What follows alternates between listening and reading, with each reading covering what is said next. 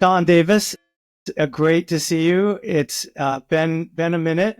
Welcome to the Exeter Class of '92 podcast. Thanks, Vivek. I appreciate it. So I want to start with the basic question of how did you get to Exeter, Sean? And where are you from? Tell us your story. Yeah, I wish I knew, you know. Um, yeah, so my dad's from Maine. He grew up during the Depression and went to the tail end of World War II to do the GI Bill. And then he basically got a job and he was shipped out on a boat to work for Goodyear in Argentina in like 1955. And he never stopped working for U.S. companies. He met my mom down there, who's Argentine, and together they moved to Colombia, where I was born and raised, till I was about 12 years old. And so, for all intents and purposes, I grew up sort of Colombian, of course, I was American as well. I'm dual citizen. And then at 12, moved to Argentina. And from there came to Exeter. And then there was a little bit of a confusion after that because my dad then moved to Guatemala and he was running Central America for Nabisco. And so in the Facebook at Exeter, my home address was Guatemala. So people were like, this is too confusing to keep track of, But yeah, I came from Argentina to Exeter. So did you come as a lower Yeah. or okay, so you were a new lower. A lot of us that are 4-year seniors, there were about 115 or so of us, I'm going to say, maybe 120. I remember the feeling of this influx of new lowers where the class doubled. And so it went from about 100 and maybe it was 150, I'm not really sure, 120, 125 for your seniors, in other words, people who were there as ninth graders or preps. The next year in 1989, all of a sudden the class doubled. And I was like so resentful. I was like, who are all these people? Like, why are they taking over? Like all these new people, like on the teams, on all these athletes, like showing up and taking spots and everything. But I'm happy to say, I think you guys were a net add. You're definitely a positive net add.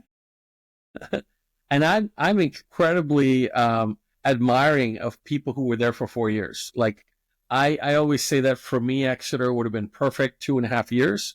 I think 2 years is perfect. 3, was a while. At the end, I was like, oh my gosh, I was starting to be really burnt out, and so I really admired people who were there for 4 years.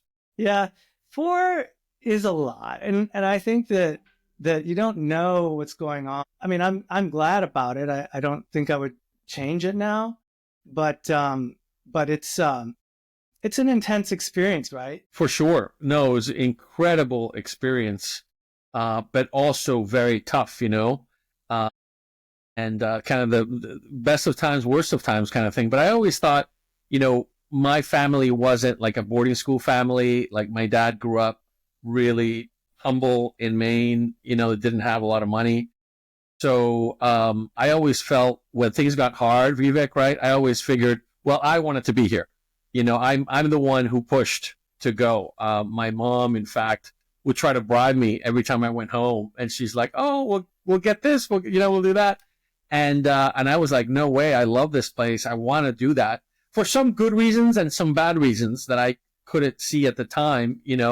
But it was sort of like drinking from a fire hose, but in a really positive way.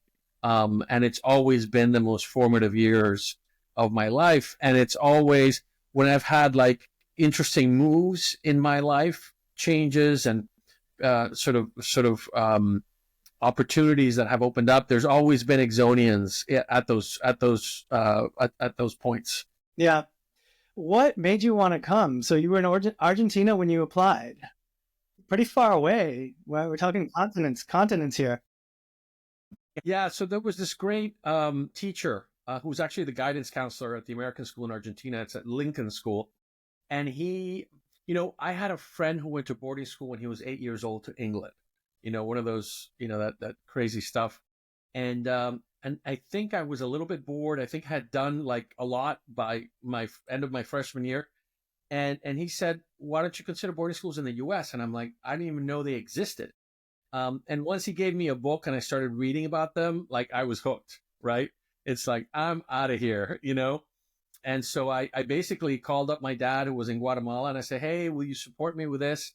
And I think after I got in, I told my mom, you know, it's like, so, by the way, not only are you losing your daughter, you're losing your son at the same time. So that's how I got to Exeter. I see. Wow. Wow. So the Latin American contingent, tell us about that. So you were what I remember a kind of group of folks that had a lot in common, being from Latin America together, but different countries, and it definitely felt like a, I'm not going to say a clique because I don't mean it in a negative way, but it was definitely, uh, you seemed like you stuck together, which I'm sure was helpful and supportive to all of you in those years. So who was part of this group of Latin American Exonians? Yeah. So my first year, there weren't any Latin Americans in the sense of people who had grown up in Latin America and were at Exeter. There were people like Hector Rocha who were from Miami. You know, there were a lot of people who were Latin American who had grown up in the States. But our upper year, there was a whole host: Juan Pedro and Hanley. Sorry, not Hanley. Her sister Ana Teresa Blum, Manuela Spura. These are still people who are friends, and these were very similar experiences, right? From a country in Latin America, totally bilingual or trilingual, and just similar fun way of being, similar music, and then our upper year, let's see, also, so I'm sorry, I'm trying to remember now. Oh yeah, yeah, yeah. So upper year is when Wolf came in, and Juan Carlos, and Hanley, and Bibiana. So there were all these. We were just having such a great time because we had all these things in common, and some of us had friends in common too.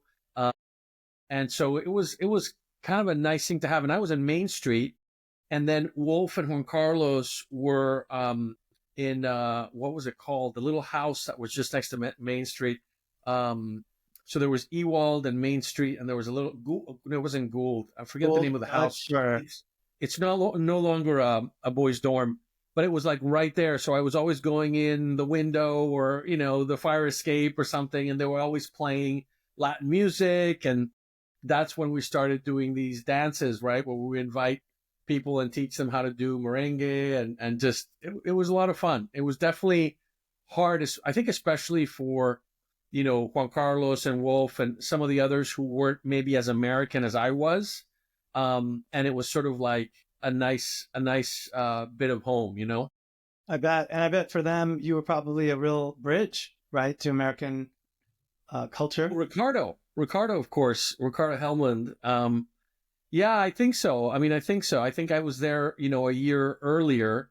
But, it was also fun to go to Boston together or go for a weekend. There was one weekend that Wolf came to Minnesota where my mom was living at the time, and we went dog sledding. Just fun stuff like that. But, we stayed in touch, and, throughout college, and my life kind of took a turn when I started going to Brazil in college. Well, actually, I was visiting Wolf during Exeter, and then decided to go in college. And that was a big part of like what I ended up doing for work, and it was really special. Amazing. So what happened to you after Exeter? Where did you go, and what did you do? So after Exeter, I went to Georgetown. I went to the Foreign Service School there, which was super fun. And Vivek, I had gone from a city of 17 million people to Exeter, New Hampshire, right? And so I was dying for a city, and that was crazy because you can imagine a place like Georgetown and the Foreign Service School. It was full amount of international students who were going clubbing at night, and just and I was a terrible student because at the time, to be honest with you, I was always kind of, what is the shortest distance to what I consider success, you know? And I had a friend, my freshman year at Georgetown who was graduating, and he was a big Wall Street family guy. And so he's like, Sean, all you need to do is get a 3.2 and get an internship at a bank, and you'll get into Wall Street. And so that's what I did, you know.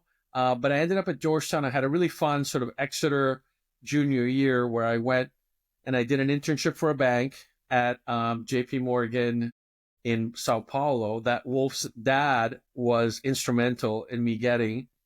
And then I did a semester in Rio, and I ended up working in a private equity firm in Rio my junior year through another friend of Wolf's father who needed somebody who could just write the prospectus of a private equity fund in English, right? And then I did a semester in Paris. Jamie Finkelson was in my program. Nice. And then I did a summer in Hong Kong, and then I came back for my senior year at Georgetown. So it was kind of like a really fun experience. And I also started a magazine in Mexico with a Mexican friend, and that went belly up when there were some political things in Mexico, which was super fun. I mean, super fun now. So it was a good experience. Was this part of the Georgetown School of Foreign Service curriculum to travel that much and to be outside of DC that much? Yeah, they made it super easy to do that. Right. So was this all your junior year or your sophomore, junior year? That was what I just described was summer of my sophomore year, going into junior year, and then junior year. And then I came back for my senior year at Georgetown. Wow. So you were kind of gone like for a good 18 months or so from Georgetown campus. Interesting. Yeah. But they encouraged that. And looking back, I remember I was waitlisted at Harvard, and I got into Princeton, and I remember one of my college counselor was like, Sean, all you need to do is ABC and you'll get into Harvard. And then I was like, I'm so burnt out. Like, no, I can't. Like, I'm really done. And I didn't care anymore. And I remember I'm happy that happened, because as some of my classmates who went to Harvard would tell me that nobody has fun there. But I kind of wasn't, it was an ego thing for sure. And at the end of the day, Princeton was really fun. And I can be super preppy, but I'm not inherently preppy. There's Latin Americans tend to dress preppy just as a matter of fact, but I really wanted to be in a city. And so Georgetown was like this perfect combination of international people and also the type of business that I wanted to do. And so it ended up being a fabulous choice. Was it difficult to say no to Princeton? I think it was hard because I had some friends at Exeter who really wanted to go. And I felt like I was being almost disrespectful to the system. I think the Foreign Service School had a little bit more cachet than Georgetown. So it was like, okay. But I think some people were definitely kind of, why would you do that? And I've had bosses in finance who have said, oh my gosh, you'll regret that. And the answer is I really never did, because it really changed the course of my life and got me to do what I've been doing. And it's been super fun. That's so cool. I mean, the Georgetown School of Foreign Service is famous, right? And I actually wish I had been more aware of it, and I probably would have, shown some interest in that direction. But does Princeton have a school of foreign service for undergrads like that? Well, that's part of it. No, that it would just been they regular have, undergrad. Well, they have the Woodrow Wilson School, which at the time was interesting. That was another part of the reason you had to apply after 2 years at Princeton. And I kind of knew that I was going to be not the best student in college. Okay. I kind of knew that I was ready to go clubbing and have a good time and do what I had missed for 3 years. Right. And so the idea of getting into that immediately was definitely a positive. So do you think that after 3 years, or in the case of some of us, 4 years, that it's so intense, there's so much pressure, there's so much energy around you across all things, athletics, academics, getting into college, being a teenager and puberty and all these things that are going on at that age, that people will leave Exeter and then just get to college and then just sort of go down the the track of as you put it, clubbing and partying and drinking and smoking and doing all this stuff, almost like to take back something that they I might have thought that they didn't get when they were in the more protected environment of the academy. Yeah, I think there's some of that. I think there's also like, don't get me wrong, I did well at college, but I didn't really try that much. Um, you know, I remember in my history classes freshman year and philosophy, and I had read a third of the books already at Exeter, Oh god. right? And at a level of depth that was far surpassed what we were doing at Georgetown, at least freshman year. And so it wasn't hard to excel, to a certain point, and I would say absolutely to a certain point. Um, but I do think that I was more interested in starting a business in college than I was, and I was much more interested in my career, and kind of moving up in the world than I was in like, oh, let's savor this educational experience. And I think, yeah, partly, it's probably partly because the Exeter one has been so intense. And yeah, so I think that was a big part of it. That's the sense I get. And a lot of folks will go into their freshman year in college and sort of go with abandon, um, and that's not always productive, right? So it's just an interesting, note that it is an intense experience, and so Yeah. I And think, and it's worth mentioning from a mental health point of view. Like, I was definitely depressed my spring term. I had gotten in, or I had applied, and I was like done. And I remember Dan Pinkert and I, we were at Main Street together, and we would just go out in a lawn and just listen to all this music that is inherently really depressing, right? I mean, it's uplifting, but we were, at least I was, really burnt out from the whole experience. And I think that had an impact on me in general. And, I was, it made me realize that, there is a cost benefit, right? There is like, how much do you push yourself, and what are the consequences of that? But at the time, like, I felt I didn't have an option. I had to do the best I can. I'm trying to get into one of these schools. Like, I'm trying to feel good about myself. Like, who is Sean? What's life about? And I think I had some very distorted, but normal views on who I was and what I needed to do. yeah, right. So after Georgetown, what happened?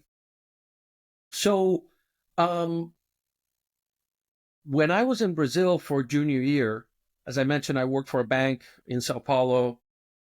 And then my first semester junior year, I was in Rio, learning Portuguese, because I figured people from Latin America going into Wall Street either speak Spanish or Portuguese. And so I figured, why not do both? And the little overachiever that I was. And I ended up working for this private equity group. And I was like, oh my gosh, this is what I want to do with my life. And one of the partners was the owner of United Airlines, who's Paul Tierney, who's an incredible man. And I'm like, I want to be like Paul, because the head of Merrill Lynch would come to Rio, and he'd be like, oh, Sean, why don't you join me for this meeting? And I'm like a little intern, right? And it's like the head of Merrill Lynch and Paul and me, and Paul's turning to me and saying, Sean, what do you think? And it's just this kind of Exeter ethos. And what happened was that later Paul ended up teaching a class at Georgetown in the MBA program. And again, the Foreign Service School let me take his class. And it was fantastic. He owned like the DC soccer team, and he was just a fascinating guy. And or he is a fascinating guy. And he said, Sean, if you want to do private equity, go to Wall Street like everybody else, 2 or 3 years. And that's what I did. I went to JP Morgan. I went to their analyst training program. And again, because I had done that summer internship, they gave me a job senior year, first semester. And I was like, done. And a lot of my friends who were like much more studious and 4.0 average, they're like, how did this guy, why is he there? We should be there, And it was kind of one of those things where I was, helping seniors my sophomore year in college think about their career. It was like sort of, I think at Exeter we had been put on like hyperspeed, And so we're kind of figuring everything out early, and we get to see people that are amazing and say, okay, how do they get there? Let's do the same thing. And I kept doing that. I kept looking at people's bios and saying, okay, where do they do this? How can I follow this path? And for the wrong reasons and the right reasons, depending on how you look at it. But so then I was at JP Morgan, and within a year, a guy who was working for that private equity fund in Brazil called me up, and he said, hey, Sean, I'm opening the office for this private equity fund from Boston. I want you to come and be my associate. We're establishing a Latin American group. And at first I was like, oh, I'd never heard of this fund. And I said no. And then I spoke to Juan Pedro, who was a year ahead of us at Exeter, and he had gone to work for another private equity fund. And he's like, no, Sean, these guys are the real deal. So I called him up quickly, and he hired me. And I went to Boston to headquarters. This is now, top 15 private equity funds in the world. And I went to the office, and I saw the founder, Peter Brook, on my list. And I said, that's weird. He probably likes to meet the young kids. I walk into his office, and he says, I hated Exeter. What about you? That's how he welcomed me, right? So it was really funny. And then the next fund, I went to Brazil for a couple of years, got married, came back to New York, worked for another fund run by another Exonian, and then went to business school in London. So you were running into like old Exonians all over like the banking world, and what was that like? It was super fun. It's definitely like, right, immediate connection, like, boom, this is a person I want to spend time with. And Peter Brook, he's one of the grandfathers of private equity. He was the first sort of international private equity guy, and just fascinating. And that group of people were part of these Boston Brahmins, which is this investment type of venture capital private equity that's very low key, very, honest, as opposed to more of the New York, like, oh, we're going to go buy this, And so it was a really nice environment to be a part of. And very Harkness, the investment committee of the Advent Latin America, it was literally Harkness table, and the most senior people would start and say, hey, Sean, what do you think? Or to another junior person, hey, what do you think of this project? Do you think we should do it? And it was like fun, and it was super challenging and super interesting. And so I'm always looking for people like that to work with, people who kind of have that mindset, understand that, and want to have fun, but are also super, super, well regarded and have great experience. That's interesting that you didn't even know you were walking into work for an Exonian. What did he say? Why did he hate it? I mean, was that, well, many years later, really what he felt about it? I have a very good friend who's a trustee called Gil Kemp, and he's a little bit younger than Peter. But Gil said something very similar. He hosts a Palm Beach sort of gathering every year, and that's where I reconnected with Leah. And he sort of says the same thing. He says, I didn't have really a great time at Exeter. I think in those days it was a much harsher place. Going back, 70s, and Peter was probably in the 60s. I think it was a tough place. Yesterday I talked to Shauna. Do you know Shauna? Shauna Harris? I know who she is, but I don't know her well. So Shauna and I are old friends, and I called her to get her on this show, and I did not know this, but she has a student there. She's a parent of an Exonian. And so she's now been a parent of an Exonian for 3 years, and her daughter will be a 4-year senior in another year or so, year and a half, she'll be graduating. So I talked to Shauna all about what Exeter's like now versus what it was like when we were there. And it's a much kinder, gentler, nicer, easier place, I think, more accepting, more support in all kinds of different areas, from mental health to study skills and executive function even. And it's just interesting to hear about the different generations of Exeter life. Yeah. It does sound like it sucked in the 50s and 60s. It does. It does. I mean, completely sucked. Right? What's funny is I like to volunteer, do either a little fundraising or interviewing, because I want to get invited to the volunteer weekend. They call it the leadership weekend, simply because you get to go to class, or at least you used to. And all I wanted to do is go up there and sit in a couple classes and just take it in. And you're right. I think these days, the softness and well-being has kind of filled in a lot more. And I went with a friend one year, and the teacher wasn't there, and the students started to pile in, and all of a sudden they were full discussion about Machiavelli, the Prince, with no teacher. And my friend's like, "What is going on?" I said, "This is it. This is the intangible." Fascinating. I love that. This word, the intangible. What else do you think is the intangible of the Exeter experience?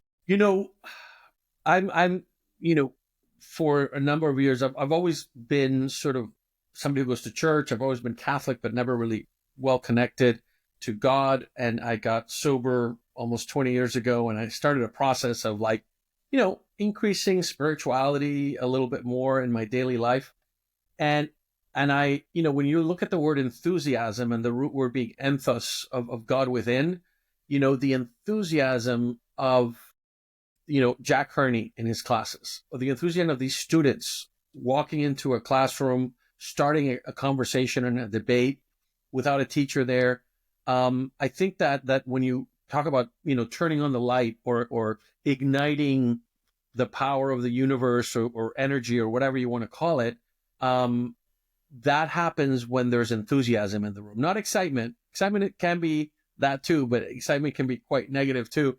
But enthusiasm is always kind of what I look for in my projects today. We're investing philanthropy into workforce housing, and I'm always looking for people to, like, I had a breakfast with a significant developer today, and he got excited about housing firefighters, and up until that point, he had no interest in doing anything with us, and it's sort of like, how do you find the enthusiasm? And I think that's the magic of teachers at Exeter. It's putting people together, using that silence that you had Jack Herney talk about, and all of a sudden, you're with your heart.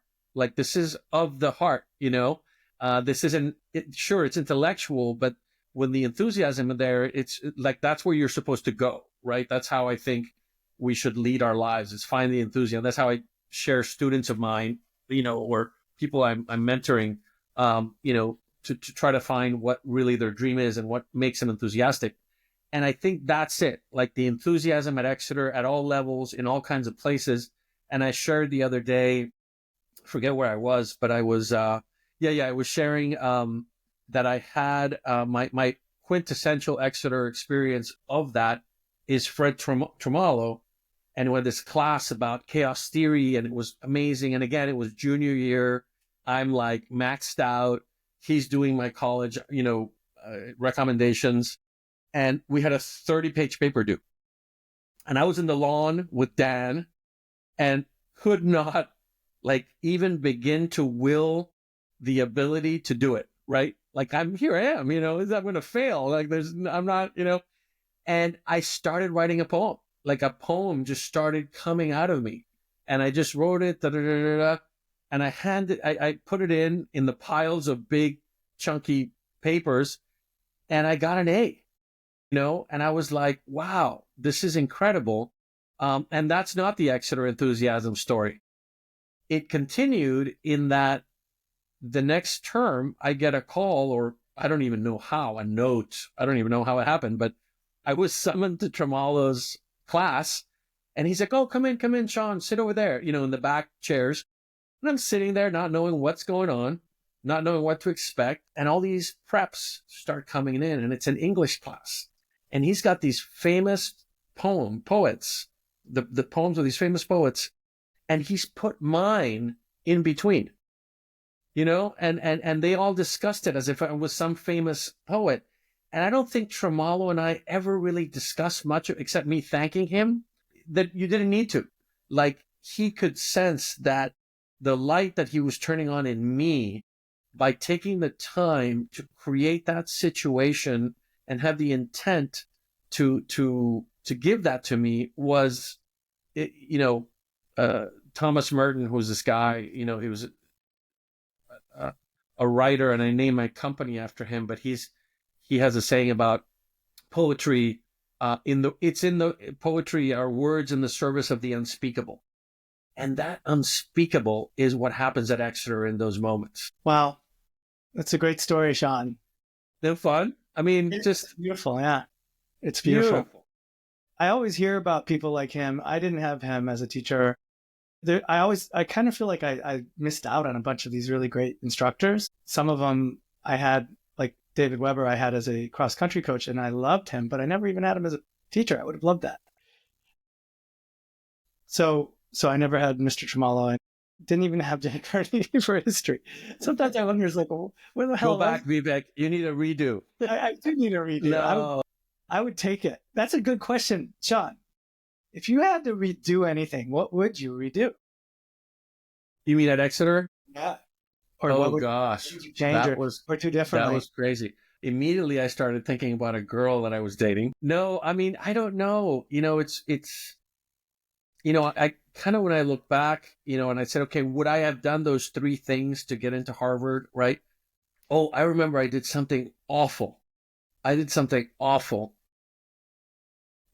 trying to remember, Coach Dennehy, right? I was playing soccer, made the team for varsity. I think it was like upper year.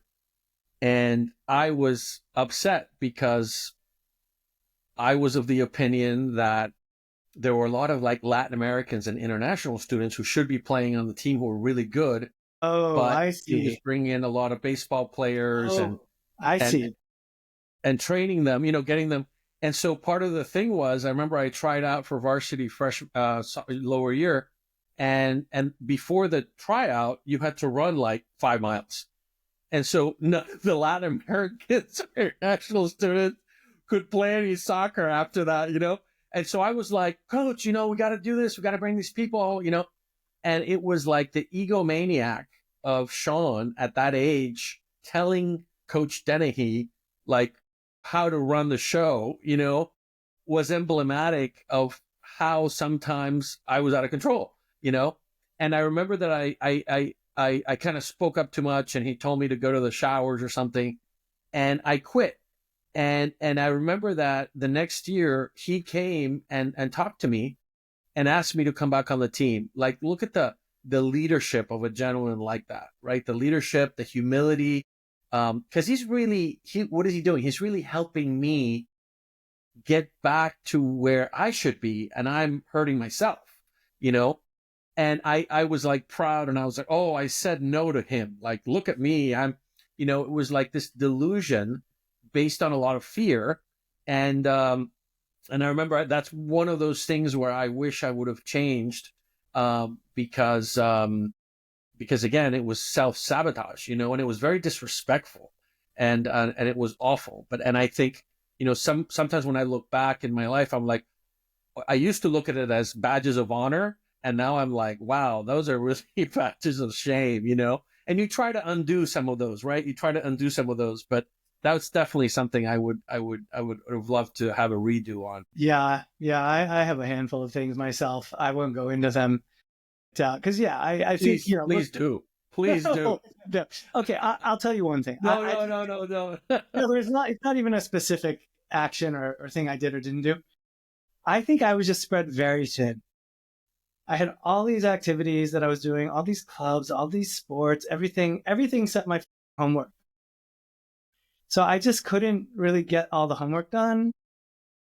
Probably nobody did, but I really I remember, and unfortunately he's no longer with us. If you remember Jonathan Horner from Wentworth, John and I were really good friends.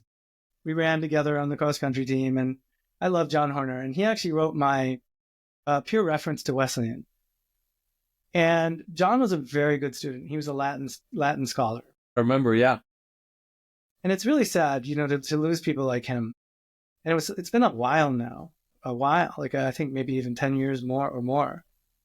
And I regret I didn't stay in touch with him after we all left Exeter, because he was just an incredible individual, extremely smart. And I think after Exeter, he went to Princeton and then to a career in Goldman Sachs for many years. And then we didn't stay in touch, but I remember telling him that I think this must have been upper year at some point, spring maybe. And I remember saying, "Oh man, my focus is trying to hit, get to like an under 5 minute mile right now. Like that's the most important thing in my like perspective at the moment." He kind of looked at me like, "Don't you know what? Like you should be doing your schoolwork, you know?" And that's what he would have done. Like he really got great grades and he worked hard in school studies and stuff. And he was right. Like what the why am I in high school? What I mean, of course you do these other things, which is great, but I did them to the point where I wasn't doing other stuff that I should have been doing. Like, cause now that I'm a parent and I have kids, I would say to my children, like, get your schoolwork done, and then you can do other stuff, right? Yeah. So I don't. I think that the only gripe I would have is nobody was really watching me. You know what I mean? Like checking my grades out, like asking me what courses I was in or should have been in. Another big gaffe. Unlike most preps take prep bio, okay, freshman year, prep year. And I walk in and I'm so enthusiastic about all these cool things you can do at Exeter that I was excited about, like activities and clubs and all these affinity groups that you could be a part of, right? Like all the stuff you read about in the catalog before you get there that excite you for wanting to come. So I show up as a prep and I'm like, oh, well, I'm gonna take computer science and I'm gonna take art and I'm gonna just like try all these things, right? Which ended up meaning I had to take lower bio 10th grade, which is like way harder. And so these are things that like just planning my curriculum out more intelligently ended up being quite haphazard. And there was no one there looking after me to tell me what to do, you know? Yeah. And so I also think that just the way I approached college, applications and everything was just super like random, I kind of wanted to do things out of order.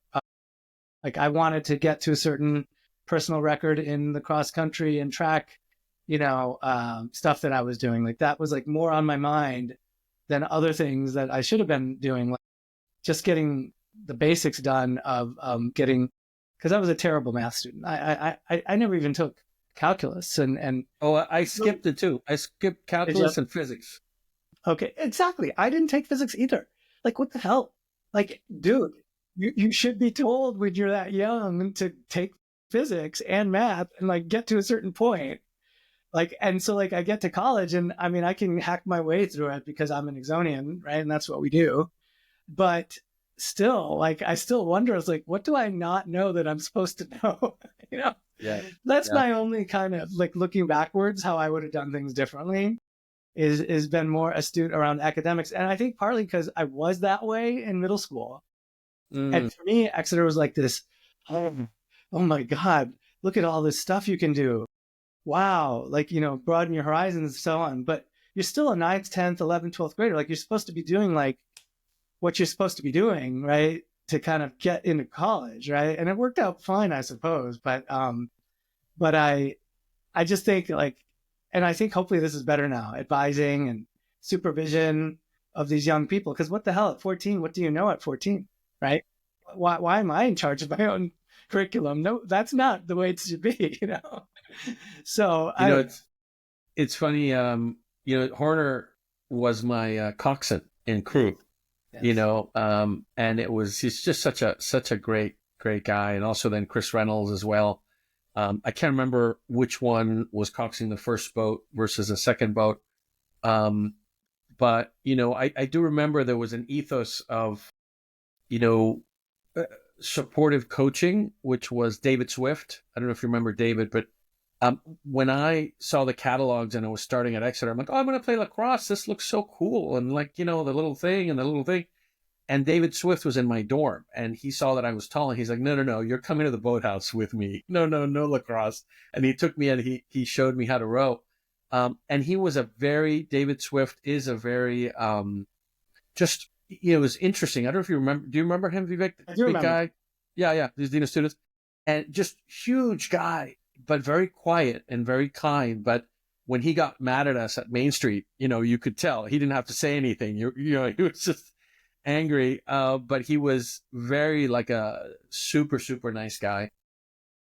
But then we had another crew coach that was more And going back to the Princeton decision, we had another coach that was much more like, "Don't screw up, boys," and using profanity and stuff, and kind of fear-based coaching. And I didn't respond to that at all, especially when I was towards, that being burnt out. It was like, no. And so I actually got moved down from like first boat to second boat, which was kind of like a big, like shameful kind of thing.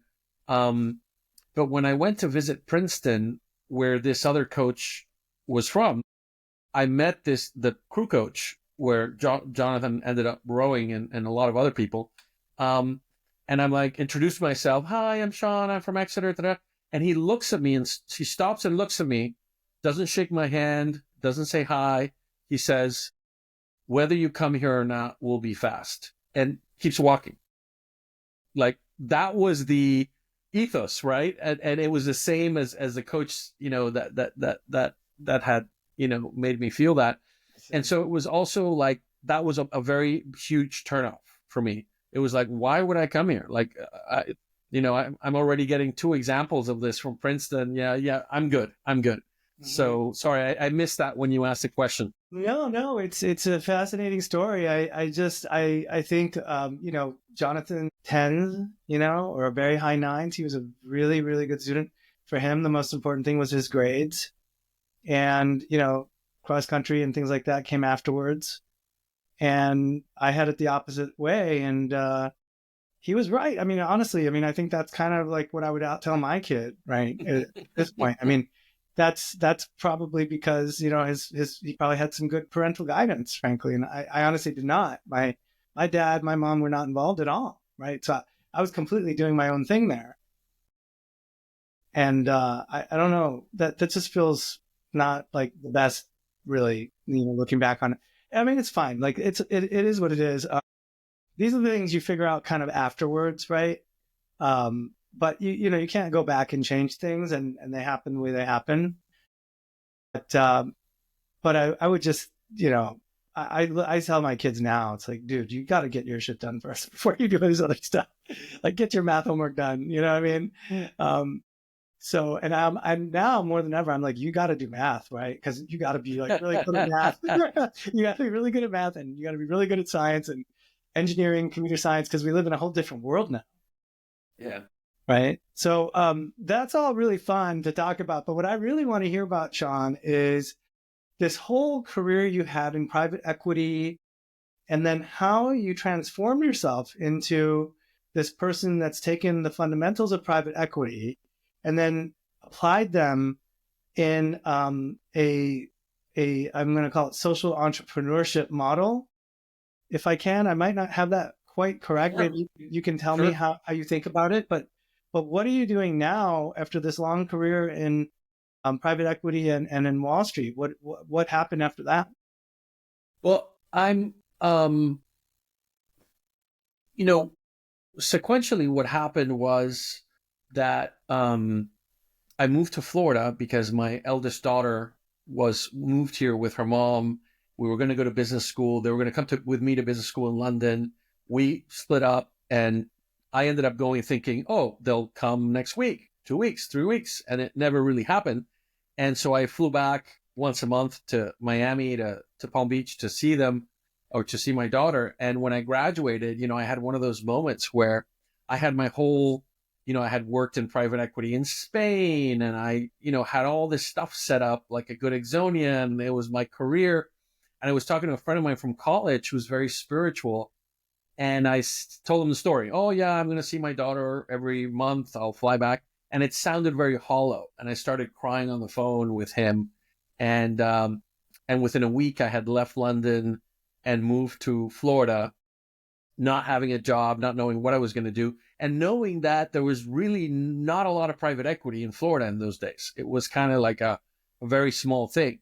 And so I ended up doing different jobs. I worked for the Burger King Corporation, and I did some other work. And Chris Shepler, in one of these weekends for volunteers, I said to him that my daughter was in Palm Beach. I was in Miami. And I don't know how it happened, but he said, look, we're hiring people in Palm Beach. Why don't I And he got me a job, and they were paying me a good amount of money to move up there and try wealth management, which I was terrible at. And this was also 2008. And I'm like, hi, I'm Morgan Stanley. Will you give me your money? And it's Morgan Stanley is like burning down and CNN, right? it was, but it was a good reason to get here, be closer to my daughter, see her more. And, you know, at the time, I was thinking about places like Exeter and development officers. And I'm like, Palm Beach is full of nonprofits. Why don't I do that? Let me get a job at a nonprofit, be a development officer, and call it a day. And that's what I did. I started meeting people and ended up at a homeless nonprofit in Palm Beach County, local but very well respected. And I kind of talking to the Exeter development people, right? Phil Parham and a bunch of other excellent people. They basically taught me how to do development, how to do fundraising. And it wasn't very hard in the sense that, these social services nonprofits don't have a lot of major gifts experience, but we had checks coming in every day from people from $20 million homes in Palm Beach that nobody had ever called. And so it's like, hey, I'm Sean. Can I tell you about what we're doing? Can I meet you for coffee? And they'd show up with a $5,000 check, which was like, incredible for us. And so I did that for 4 years. And then I saw the Giving Pledge, where all these billionaires were, promising to give away half their money. And at first I kind of added it up and I'm like, wow, this is great. And then I had this like moment of like, chill going down my back. Oh my God, this money is never going to be given away. Simply because nonprofits, because we don't want them to spend money and we penalize them if they invest more than 20% of their budget on management and marketing, they end up staying very small. And it's very hard to raise money to hire a major gifts officer who's going to charge, $175,000, but he can raise $3 million, right? So you hire the person at $70,000 that can raise 200,000, so it's that kind of mentality, that just is ingrained in the nonprofit world. And so, I realized that to give away what was $400 billion worth of philanthropy would be incredibly hard to do. And so I started my own business, and I said, there's got to be a private equity function to help philanthropists deploy the money. And I came across another Exonian through Joe Mullen, who was a year older than us. And I have to say, Joe Mullen, like Jeremy Faro in our class, hats off to people like this, because, they're going to Harvard and the application is just a formality, right? These kids that are just so incredible, right? And Joe put me in touch with a guy called, I'm blanking out on his name now, of course, but he was a trustee of Exeter. He raised the $500 million when there was that big influx to the endowment. And Chuck, I'm blanking on his last name. But Chuck left Goldman Sachs as a partner, and for 20 years has been trying to figure out how to get billionaires to give away more money. And he created this incredible organization called Blue Meridian Partners, that the attempt was to give $200 million to each of 10 nonprofits, so $2 billion total. And he was doing great doing that, and I was just getting started to try to do something similar. And we kind of realized that, even at those levels, it's really hard for nonprofits to absorb that kind of money. Mm-hmm. And so that's when I made the switch, and I started talking to some private equity friends and started noticing how there are a lot of industries like clean energy and water infrastructure and housing, where if you could bring money that is 0% money, that's philanthropy, you can get these big private companies, players in those industries, to do a lot of good that they can't do because there's a floor on the good they can do, because they need a minimum return.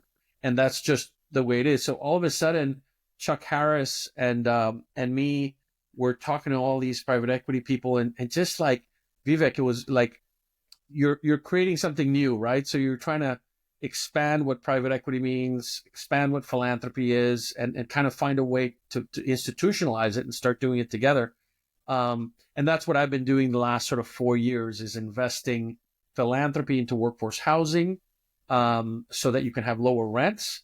And we put those units in a nonprofit, so they're perpetually affordable. Because what very few people know in this country is that we build 50,000 units a year of affordable housing, and we lose 50,000. So we're not going anywhere, right? And now rents have gone up like crazy. So and so right now I'm really kind of blessed in a lot of ways, but I'm still a very small startup. We just did our first project about 18 months ago.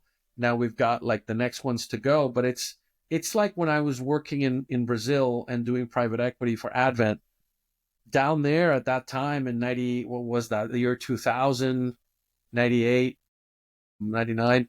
Um, People don't know what private equity was down there. You're explaining, how do you explain private equity to a Brazilian businessman who's never heard of it before?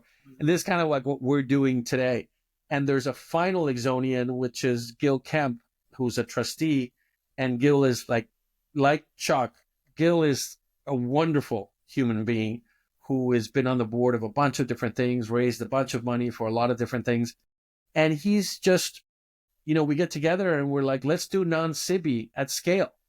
Let's do non-Sibi at scale. Like, let's move all this money into good. Let's build 12,000 units of housing with lower rents in West Palm Beach and meet the demand. We're trying to do that in different areas. So right now it's just big ideas, and we've kind of figured out a way to do it. And now it's sort of going to the philanthropists and say, hey, come and do this. But it's also going back, Vivek, to the enthusiasm.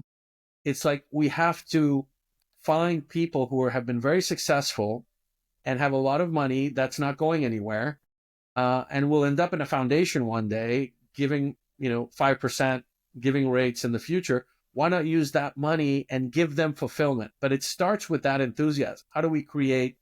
And this morning was a good example. Gil and I had breakfast with a very, very big, successful real estate investor, and he was like, interesting. No, I'm not going to do anything with you guys. Thank you. Blah, blah, blah. And then we said, well, one of the things we could house are firemen and policemen. And he was like, what? Firemen?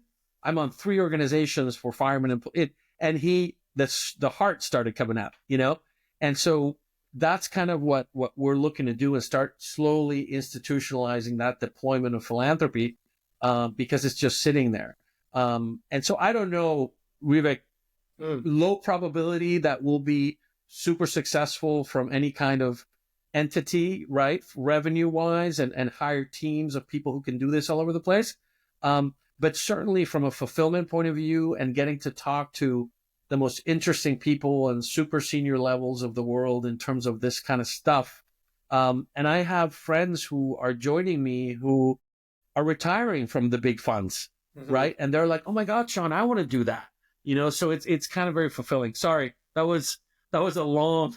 No, it's awesome. It's awesome. I think though, in the research that I did, when we've been talking the last month or so, there was a way to talk about this. What in this Forbes article that I want to make sure I pull up for people. So this is a Forbes article that says 7 big ideas that could shape 2025 from housing to climate action. And this is called philanthropic private equity, right? I called it social entrepreneurship before. I don't know that that's correct. It's philanthropic private equity. And having talked to you about this a couple times, I think what I want to test here is what problem are you actually solving? So what problem are you solving for philanthropists? And what problem are you solving sort of for society at large? And then what is the mechanism by which you're solving both of these 2 problems? You're right in the social entrepreneurship. You can call me a social entrepreneur because I'm an entrepreneur building a small business that could be big, and it's doing social good. So I am, you can qualify me as a social entrepreneur, if you will. What we've been more gravitating towards is this idea of we're doing private equity, but it's with philanthropy. And so what do we call it? I have no idea, Vivek. We're calling it right now philanthropic private equity, although that's a mouthful. And essentially, yes, the client, the service we're providing is we're helping people who have a lot of money and want to give it away to add to their portfolio of giving, and have sort of like, kind of like your portfolio has a private equity component for alternative investments as part of somebody's portfolio, for their philanthropic portfolio to have like a philanthropic private equity. Um, and it's really like a kind of a parallel vehicle to their foundation. And the parallel vehicle is basically a DAF, which is a donor advised fund that allows you to invest in private companies. And I think what we're always trying to do, the philanthropic private equity part of it, is when we're looking at say a housing project, a workforce housing that's 300 units, and it would take 30 million of philanthropy, 30 million of equity from an investor wanting a 20% return. We're using philanthropy to fund all of that. And so now all of a sudden you don't have to pay the 20% back, so you can lower rents. And then eventually when we refinance that debt, we can actually return the philanthropy. But from the point of view of the donor, they're getting to put to work a good amount of money, as much as they want, to create new units of housing with a lot of permanent affordability, and really house whatever, population they're interested in. And so I think did that answer the different pieces? Well, yes. I think if I'm going to just try to put words in your mouth, what I'm hearing is philanthropy is this weird sort of thing where a lot of these very wealthy donors don't necessarily see impact from their donation, or they're wanting to do something more substantial with better social impact that's more far-reaching than merely giving it to their own foundation or to another foundation, to your typical NGO or nonprofit. And so what you're helping them with is the opportunity to see a different kind of impact, and that would be interesting to them in terms of how they put their dollars to work. So that might be one answer there. I'll come to that. I'll ask you in a second. But on the other side of it, when you're, especially in the world of real estate development, when you're trying to solve for the shortage of housing issue for people who are struggling to either own a home or to rent a home, and who might be in this economic strata where they're firemen, teachers, policemen, and so forth, people who are incredibly important to the functioning of society, but are sort of not able to compete, especially in the Palm Beach area, I can only imagine, for the kind of housing that they deserve.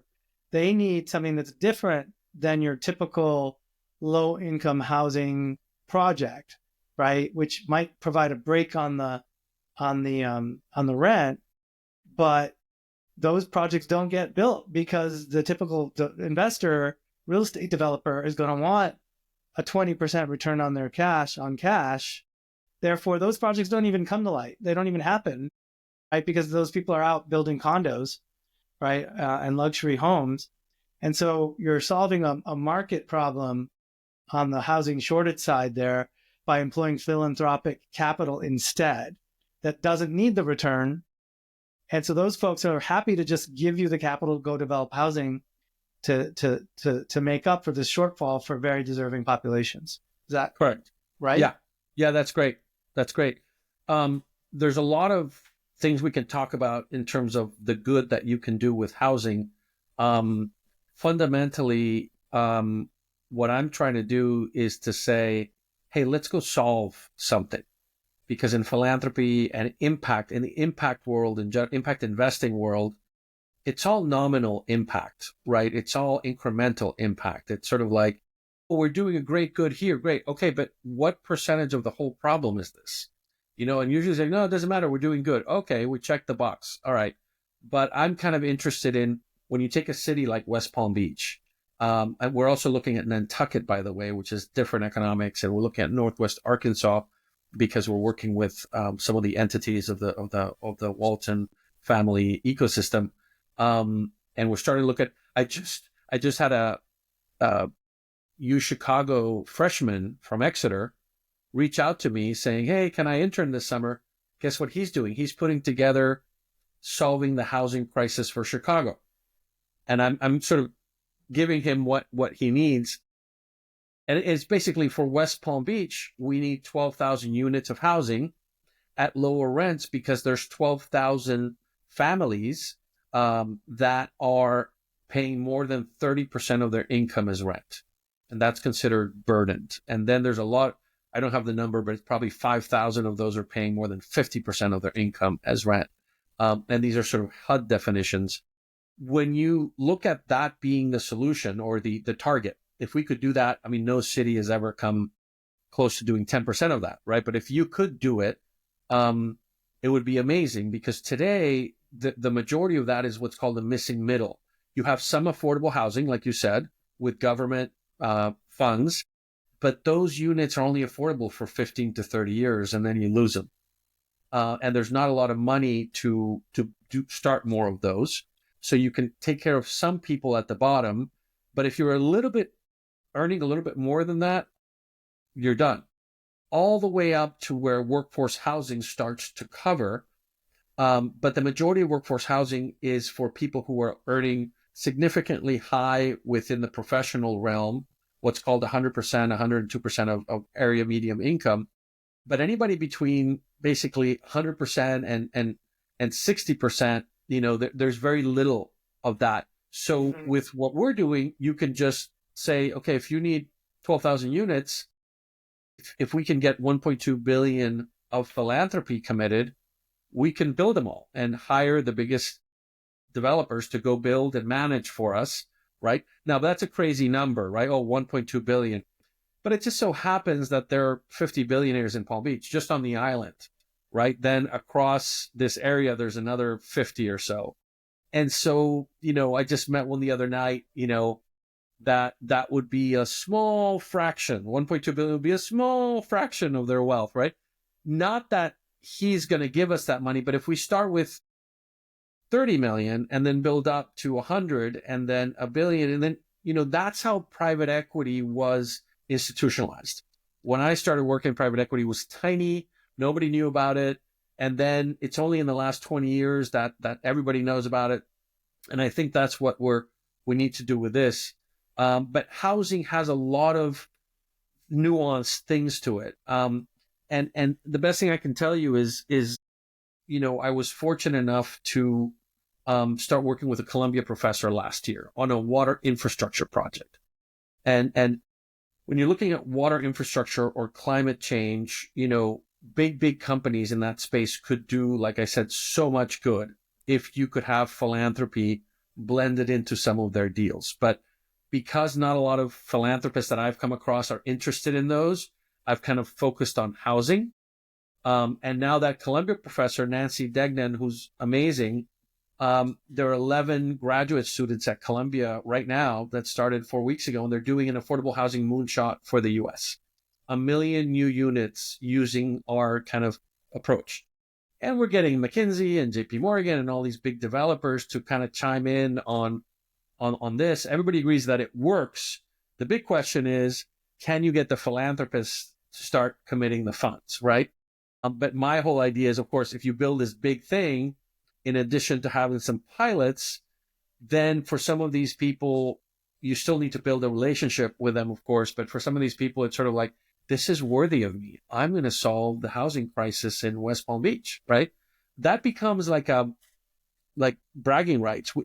And because our projects are for profit, they're owned by a nonprofit, but because, they're run like a business, we have money there to make those people the Bill Gates of that area, and the impact measurement to fund all this stuff. So I don't know whether it's going to happen, but I'm certainly having like an incredible amount of fun talking to, the head of JP Morgan and the head, main Walton family member and all these different people, because when it really comes down to, we're all trying to make money and trying to take care of our families and all this stuff. But Vivek, there are very few solutions taking place. Mm-hmm. Like, I dare you to come on, show me some solutions that are a problem is actually taken care of. And of course, you can look at the Gates Foundation and look at polio and, malaria and this, great, fantastic. But unless we create the permanent affordable housing in this country, in every city, none of these issues of homelessness or foster care or human trafficking or any of those will ever be solved, because the people going into the nonprofits that address those issues and are helping those people get stabilized, once they're ready to graduate, they don't have a place to go. And so one of the people that I love here, we're working with a nonprofit that has 300 families that were in crisis, 150 are ready to graduate, and they don't have anywhere to go. And that's a tragedy. But the other part of the tragedy is that there are 150 moms sleeping in their cars in Palm Beach County tonight at Walmart parking lots, and they can't go into these housing units because we can't move the ones that are ready to leave out. Man. Yeah. Part of my earlier career, I worked in a real estate company. But of course, it was Pacific Heights real estate in San Francisco. San Francisco mansions and some of the most sort of beautiful Golden Gate Bridge view real estate, San Francisco luxury real estate. And it was quite a Tony atmosphere. How is it? Like, what's it like to hang out with these billionaires? What are these people?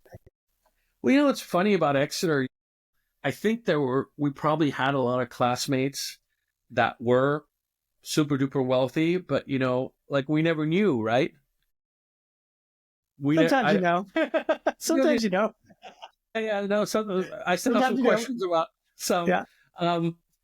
But I think they're just regular people.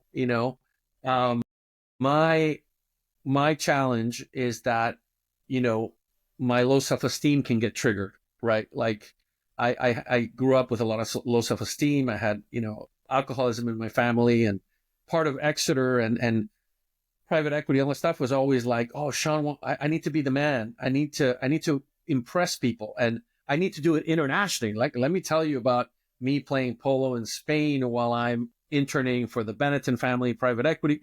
It's like endless, like, nonsense, right? I mean, all that was fun, but a lot of what I'm doing is geared towards, like, I want want Vivek to say, wow.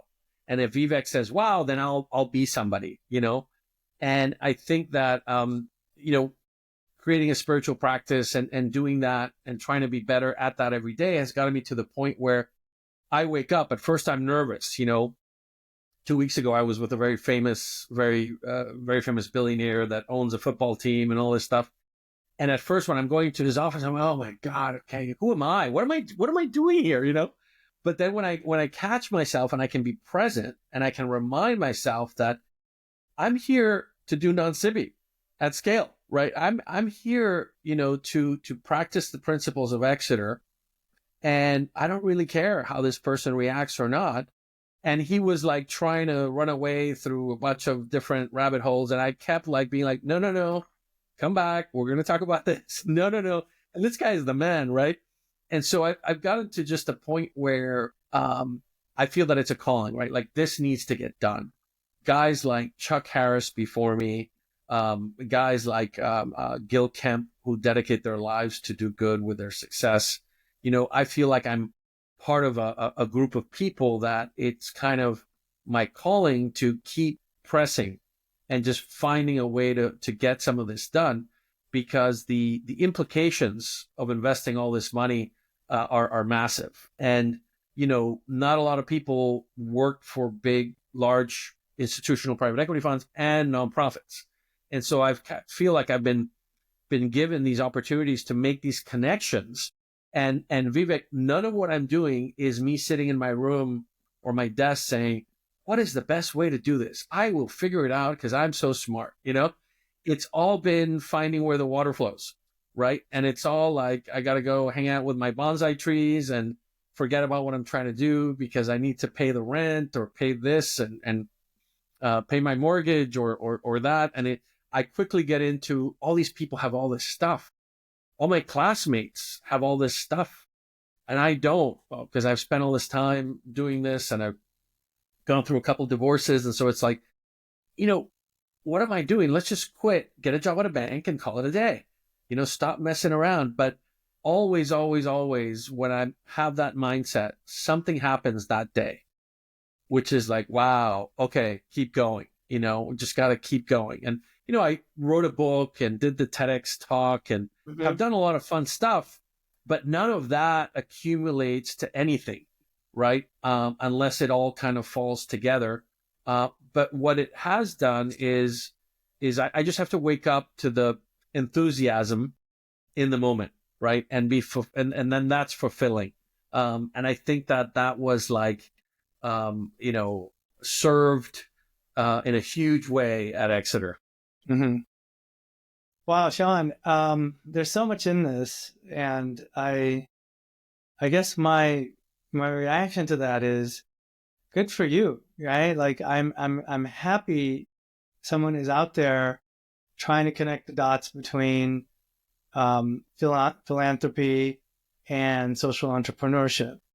And I love the idea that you can take investment capital and put it to work on a real estate project that capital would otherwise just sort of, in a way, not have much impact in the typical philanthropic channel that it would be in, but that it serves this purpose of leverage in a real estate project where the profit motive is either reduced or removed, and that capital can house a bunch of people that are very deserving, close a gap in the housing market, and then get back to work again in the next project. So it's sort of like a perpetual motion machine in a way. And I know you're early in this, but you did mention you had a project that was going. How's that project going? Great. It's funny. We raised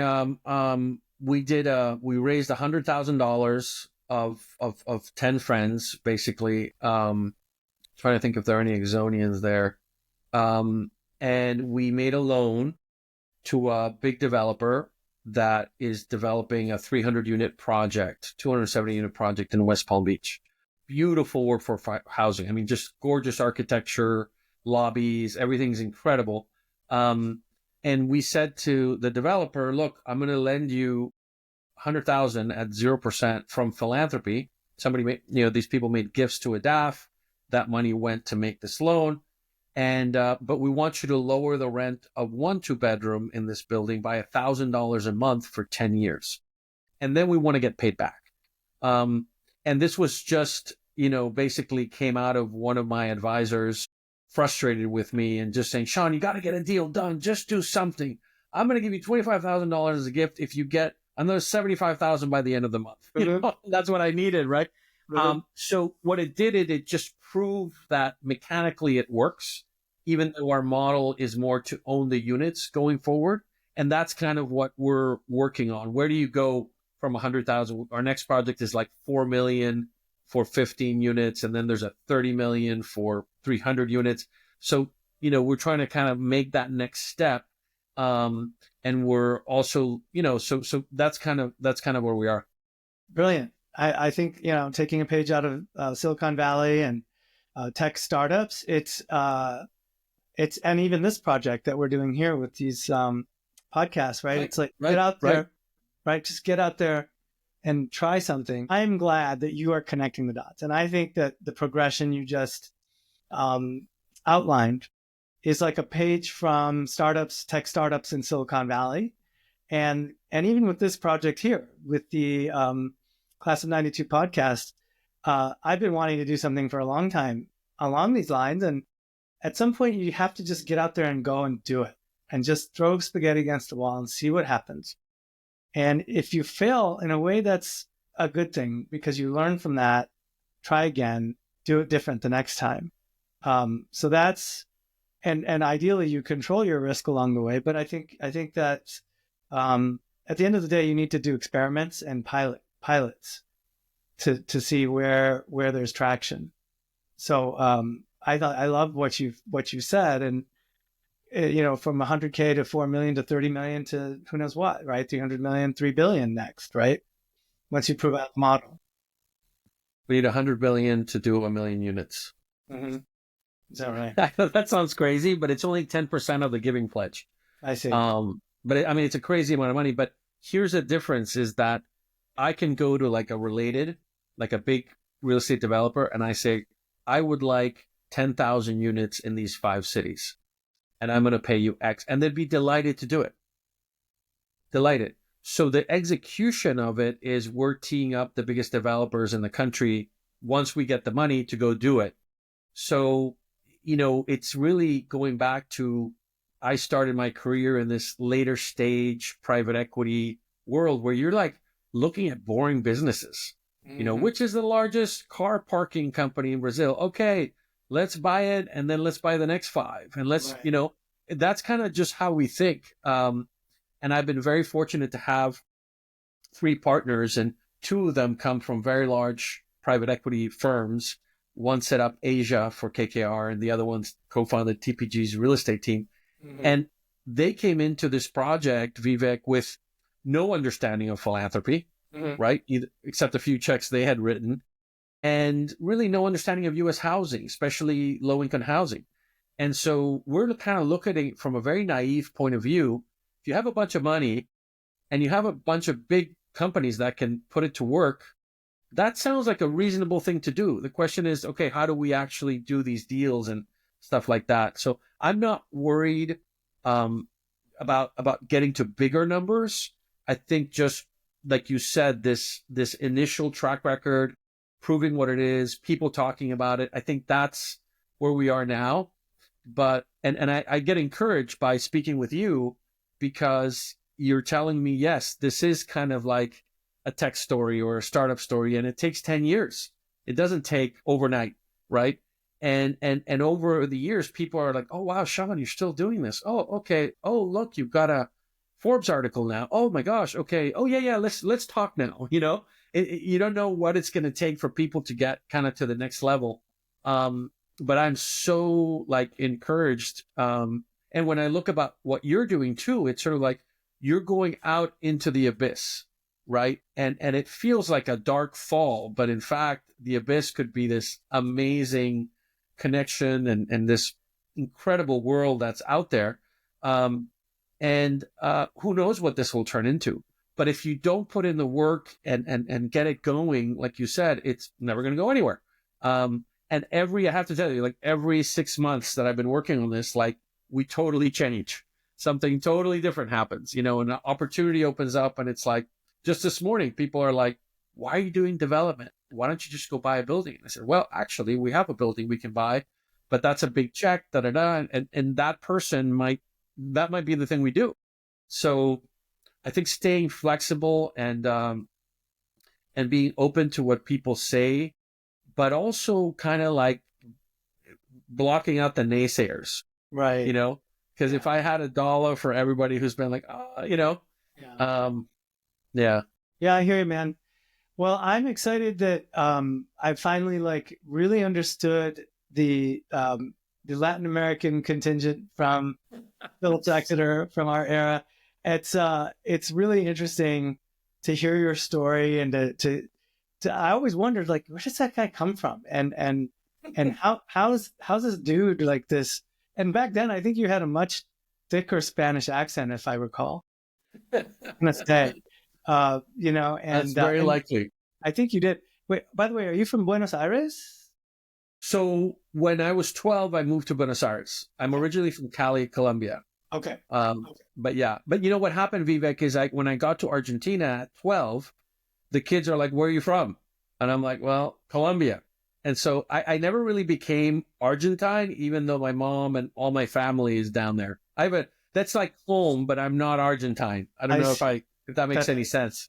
it does actually. It does. It does. Anyway, it's just really cool to hear the stories from another perspective and to learn about your journey professionally and personally and just getting to know you the past month. The number of conversations we've had over the phone on this and a huge number of other topics that we haven't even talked about today.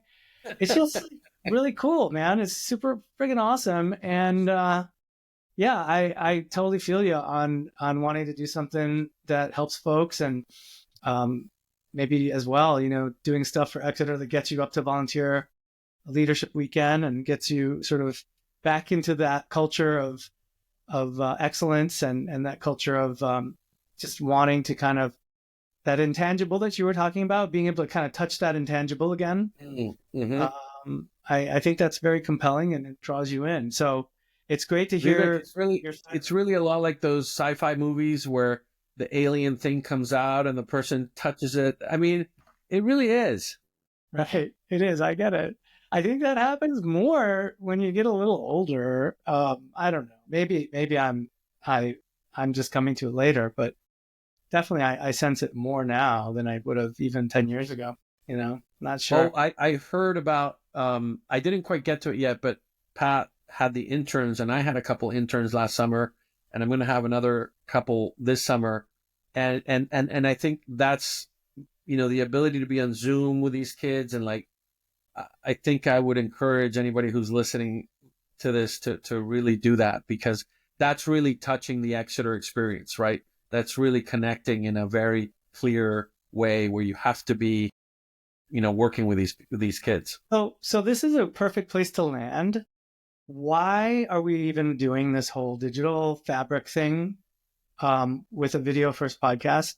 And you mentioned Pat. So yeah, I launched the Pat Gordon episode this morning and it's been out there for less than 24 hours. And during that episode, he did say that he worked with Ann Rankin and with you to figure out how to do the internship model. And you're down in Florida and you're doing private equity or philanthropic private equity. He's up in the Boston area doing medicine. So he has begun this whole medical internship. I don't know what you would call it, but an Exonian will be doing an internship with him this summer, and he will be mentoring an Exonian. And I think he had 4 finalists that he interviewed, and he was doing it over Zoom. And to your point about digital and being able to connect with folks over these digital technologies, I think that really speaks to what we're trying to do here, is to reconnect all these incredible alums doing all these amazing things, starting here with our class, because it's the most accessible to us right now. And all of these folks are doing incredible stuff and have amazing stories and journeys that they can share, not only with one another, because I'm learning a lot from you. I learned a lot from Pat. I learned a hell of a lot from Megan. And just that right there is a huge amount of knowledge sharing that I think we can benefit from just at that level within the class. That's just on its own so engaging that it's worth doing just for that. But then you can share it with all of the Exeter community, not just the class of 92, and they can benefit as well. And they have a lot to teach us as well. And they're in places like you are, Florida. I'm in California, Pat's up in Boston. People are literally everywhere around the world doing amazing things. And I think that's where the opportunity in this lies, is that if you can figure out a strategy of digital engagement where you take the best of some of these digital technologies, do the right programming and storytelling and show running, like I'm trying to do with this, then you can pull people in. And there's a whole different kind of alumni engagement in this direction towards the school. And then also the other direction, sort of this intangible that you put your finger on, pulling that intangible back out of the campus community and bring it closer to alums. That's to me the opportunity here. And there's all different models for that. And Jack Herney, for example, volunteered that he would work with us on a digital Harkness conversation. And I told him, okay, I promise you half the people will do the reading and we'll show up with it. Like about half of us will actually get it done. The other half will show up not having done the homework, which would be like a real Exeter class. But, those kinds of creative opportunities of digital engagement pull people in, can create a whole new kind of volunteerism, can support a new level of fundraising, can bring expertise closer to the community in a bi-directional way without getting on a plane, right? And without waiting every 5 years for a reunion either. So that's kind of like the underlying thinking on this. And I don't know if people understand that or not, but it's now that you've given me the opening, I guess I kind of want to give Yeah. it out there. Can I make a comment? Please. So when I started adding a little bit of spirituality to my day, and I started thinking about Exeter, and I would go to reunions or go to these leadership weekends. I always thought, man, this is so out of balance.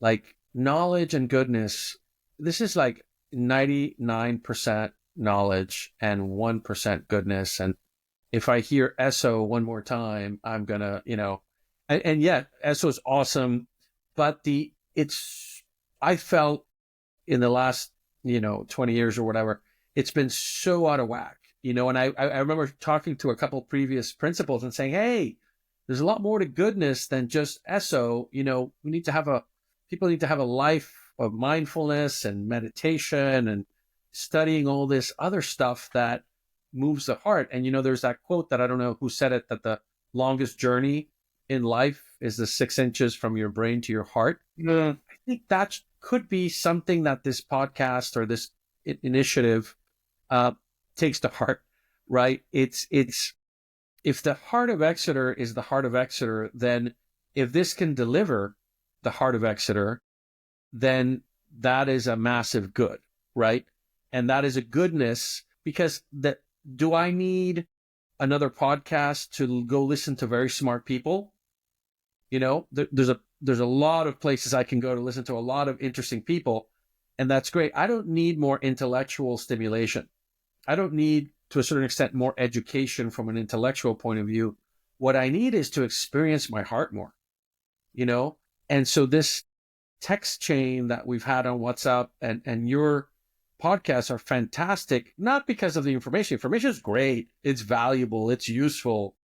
It's because it moves my heart and connects me to something deeper.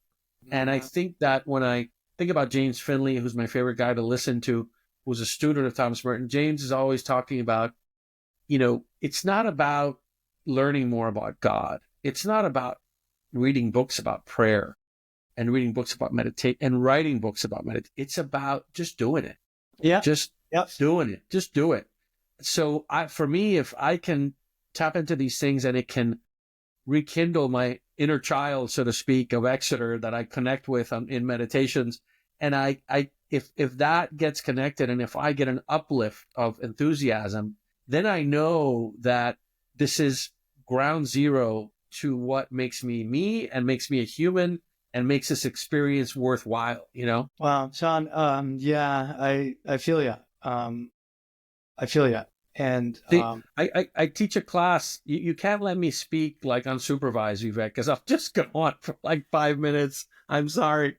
That's like, a very Exonian quality to keep talking and talking and talking.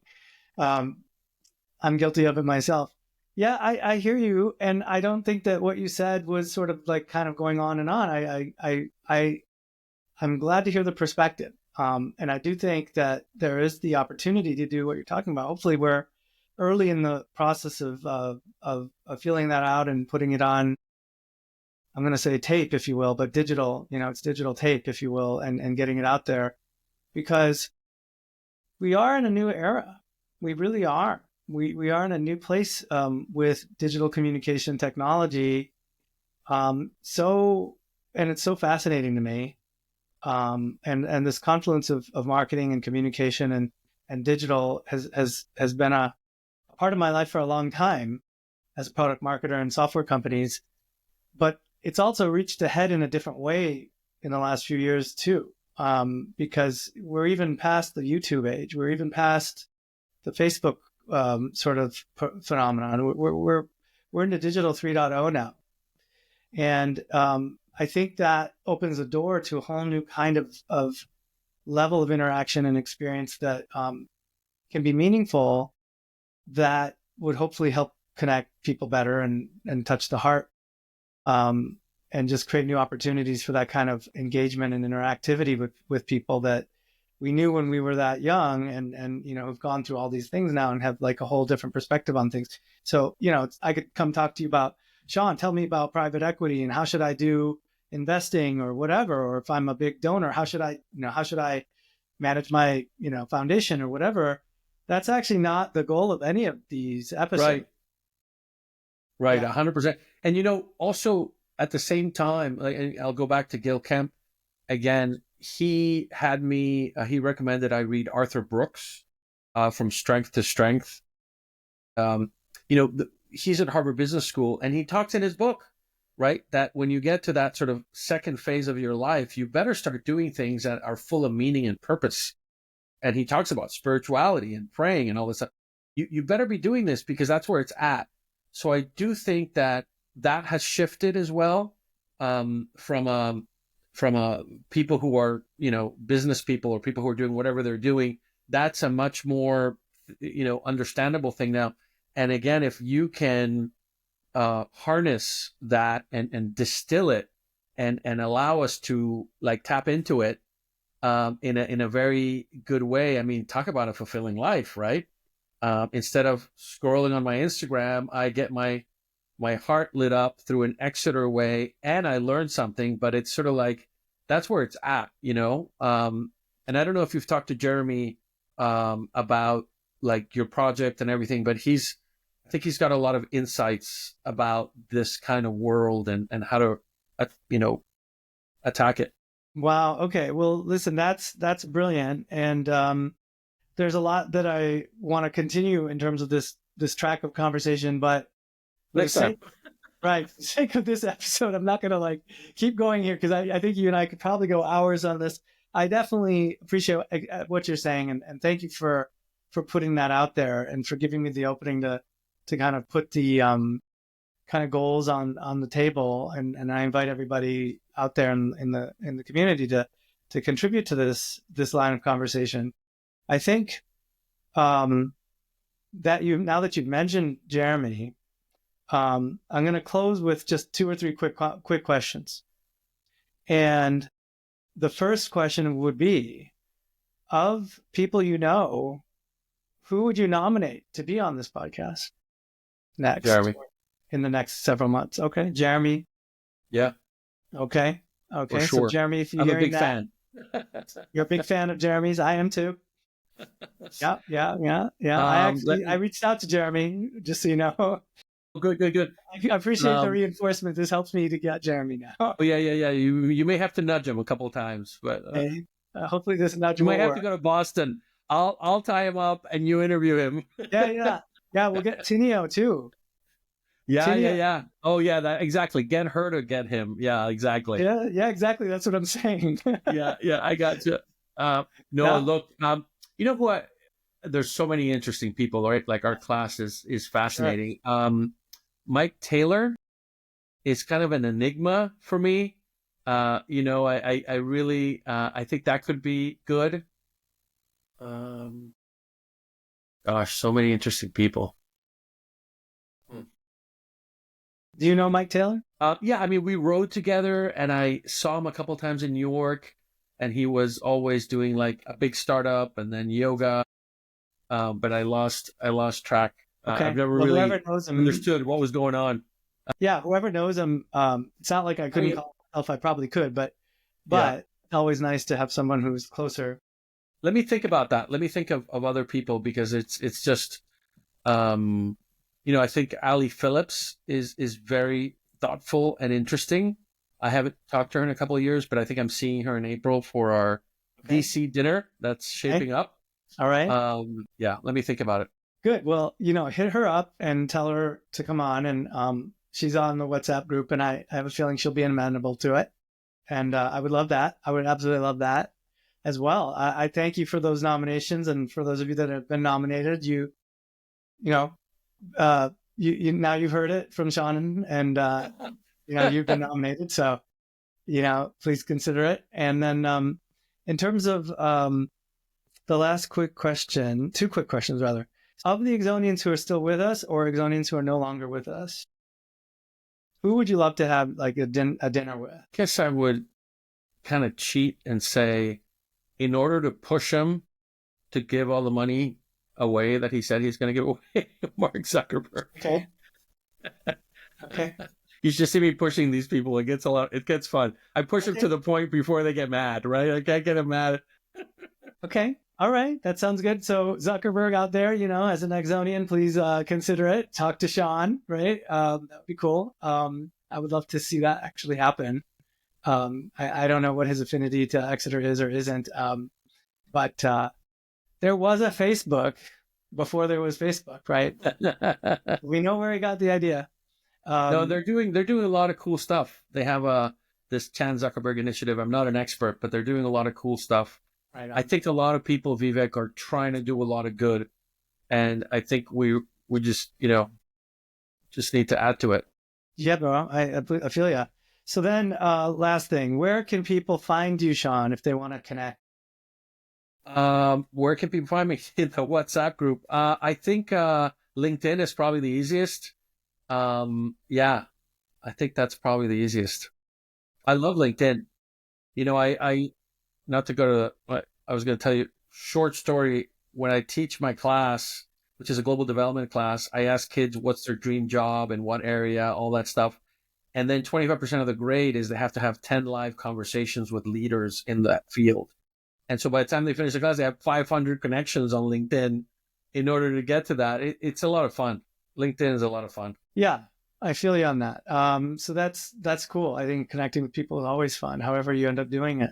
I'm actually at the point where this is one thing about being digital, where I'm at this level now, where doing this to me is way more meaningful than writing to people on LinkedIn and so on. That to me is a conduit to this. But right. No, for me too. Right. It just becomes an easy way to have this. Otherwise, it's sort of like, how do I get in front of them? It is. It's hard to connect with people. All right, bro. Great conversation. Thank you. Thank you so much for having some time with us today. Awesome, man. Just like really good to talk to you and really good to hear from you today. You're doing amazing work. We're proud of you. Good job. Keep it up. Keep us posted. Involve other Exonians, as you pointed out, the way Pat is, the way you have. I think that's a great example. If people want to figure out how to do internships or how to structure internships or something kind of like that, I'm gonna say contact Sean, contact Pat, and talk to them about it. Sure. Yeah. All right, my man. We'll have a great weekend. Thank you so much, Vivek. Yeah, keep going, Vivek. Don't give it up. Okay. I'm gonna need help. I'm gonna need help soon. But yes, I will. All right. Have a great weekend. Take care. Take it easy. Bye bye.